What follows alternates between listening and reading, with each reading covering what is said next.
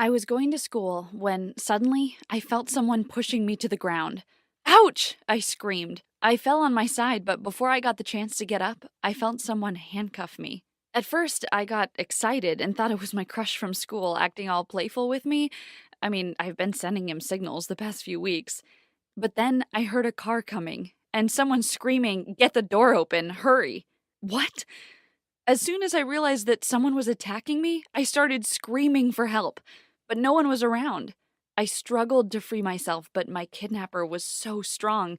He wouldn't let me go. Then he dragged me into a minivan and closed the door behind. I was claustrophobic, so it was not long until I passed out. I woke up later having the worst headache of my life. I was laying on a bed in a small, old, dusty room. I was confused for a bit, but then I remembered what had happened. Who the hell brought me here? I headed to the door and started knocking it hard. I screamed at the top of my lungs, "Get me out of here! Hello? Someone! Get me out of here!" Someone responded, "Hey you, we're coming in a second." I stopped yelling.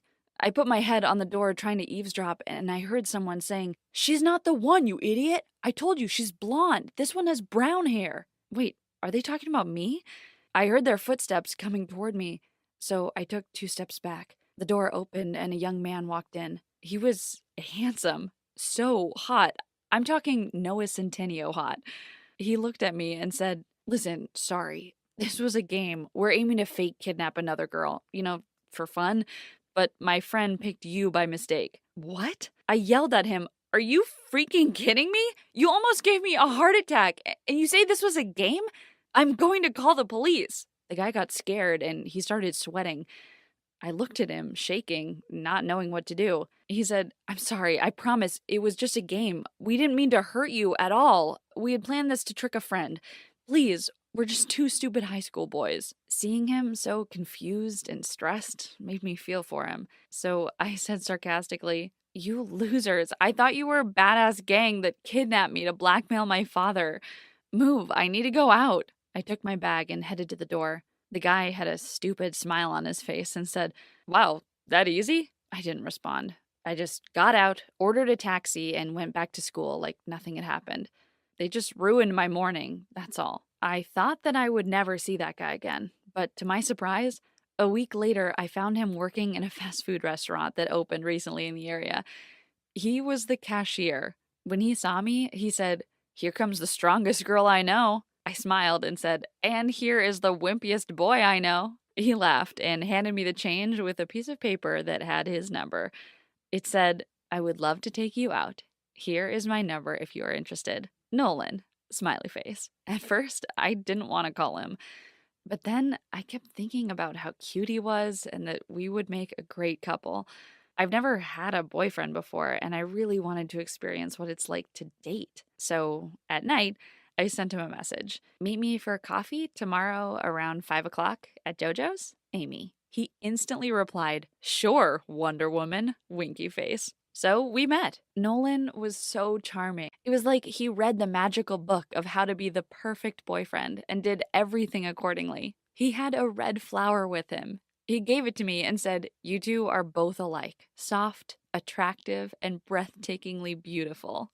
It melted my heart, and it wasn't long until we started dating. I fell in love with him, and soon I invited him to my house. Nolan was stunned by what he saw. He didn't know that my dad was that rich. My house was more like a mansion, and I had everything a girl my age could dream of.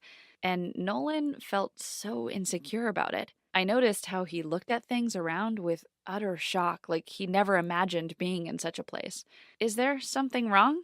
I asked. He muttered, "No, no, it's just that you're really rich." "It's just my dad, not me," I said, hoping that it'd make him feel more comfortable. Unfortunately, it didn't. After a few visits to my house, Nolan became more and more annoyed by the fact that I had everything.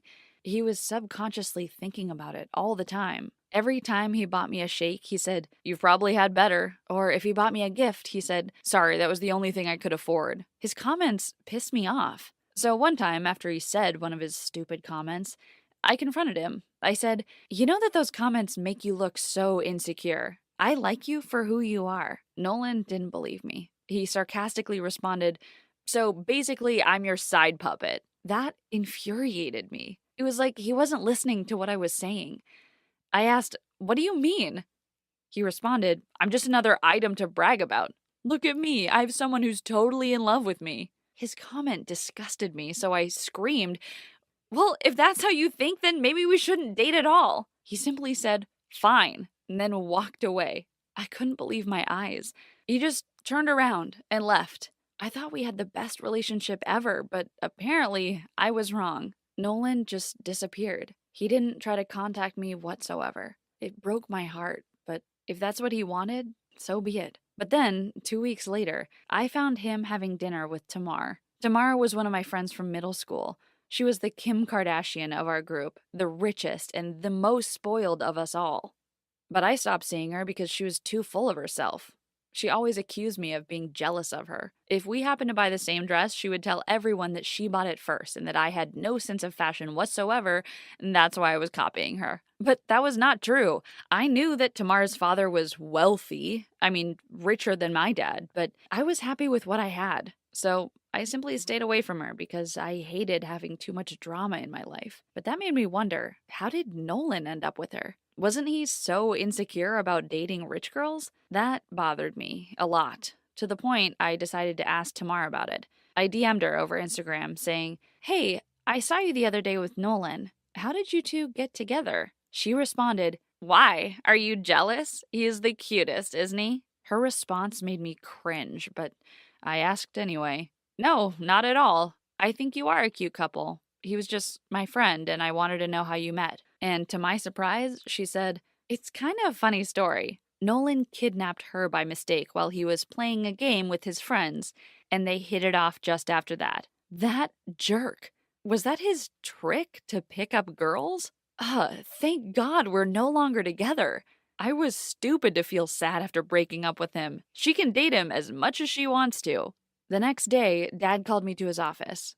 He looked worried and disturbed. He asked me anxiously, "Honey, did you see my Rolex watch? I thought I left it here." I answered, "No, Dad. Why?" And he responded, "It's been missing for a while and I can't find it." Then he added, "Never mind, I probably lost it somewhere." I went back to my room, feeling sad about it. That watch was my dad's favorite because Mom had bought it for him before she passed away. He never took it off. Where did it go? I started looking for it everywhere when I suddenly had a weird feeling about it. When Nolan visited me, he used to go 3 or 4 times to the bathroom. When I asked him about it, he said, "I've got a condition." I didn't want to embarrass him, so I just waited for him. Is it possible that he took it? No. No. He's a playful guy, but he's not a thief. I tried to brush it off my mind, but I couldn't. It was bugging me, and I needed to make sure it wasn't him. So I spoke to Tamar again and asked her about Nolan and if she noticed something strange about him. Tamar was irritated. She said that everything was quite fine and she would appreciate it if I stopped bothering her. I was embarrassed, but I plucked up my courage and said, "Hey, Tamar, I promise this is my last question. Did you lose something expensive lately?" I thought she would hang up, but she kept quiet for a while and then said, "Come to think of it, I lost one of my diamond rings lately, but I may have forgotten it somewhere." That sneaky man. I couldn't keep my mouth shut.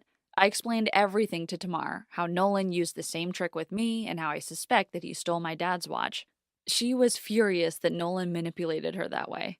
I thought she was more pissed because I dated him first, but anyway, we both decided to get revenge. One night, Tamar invited Nolan for dinner at a fancy restaurant, and while they were having dinner, she excused herself to go to the bathroom. But before she went, she took off her expensive golden bracelet and put it inside her bag. I was sitting at a table next to them, ready with my camera. But to our disappointment, Nolan didn't go for it. We thought he would be tempted to steal it because it was worth thousands of dollars, but he didn't do anything. The date ended and nothing happened. Tamara went back to her house with Nolan. I followed them and I sat in my car waiting outside for Nolan to get out of the house. I wanted to speak to Tamar to figure out our next step. I got bored, so I started scrolling through my Instagram, and then I got a notification from Tamar's account. She went live. What happened? I clicked on the video and, oh my God, Tamar was shooting a video of Nolan. She was upstairs and he was downstairs. I watched him as he stole a wooden antique and hid it in his jacket. The comments started popping up. People were shaming Nolan. But the weird part was that many girls recognized him. Some of them said that Nolan was their boyfriend, and they too lost a few things when they were dating him. He was a pro. I called the police while the video was still on, and they arrived 10 minutes later. Nolan was arrested, and he returned all the things he'd stolen from people and spent 3 years in jail, along with his friends who helped him with the fake kidnapping. After the whole thing ended, I went to speak to Tamar. I wanted to thank her for what she did.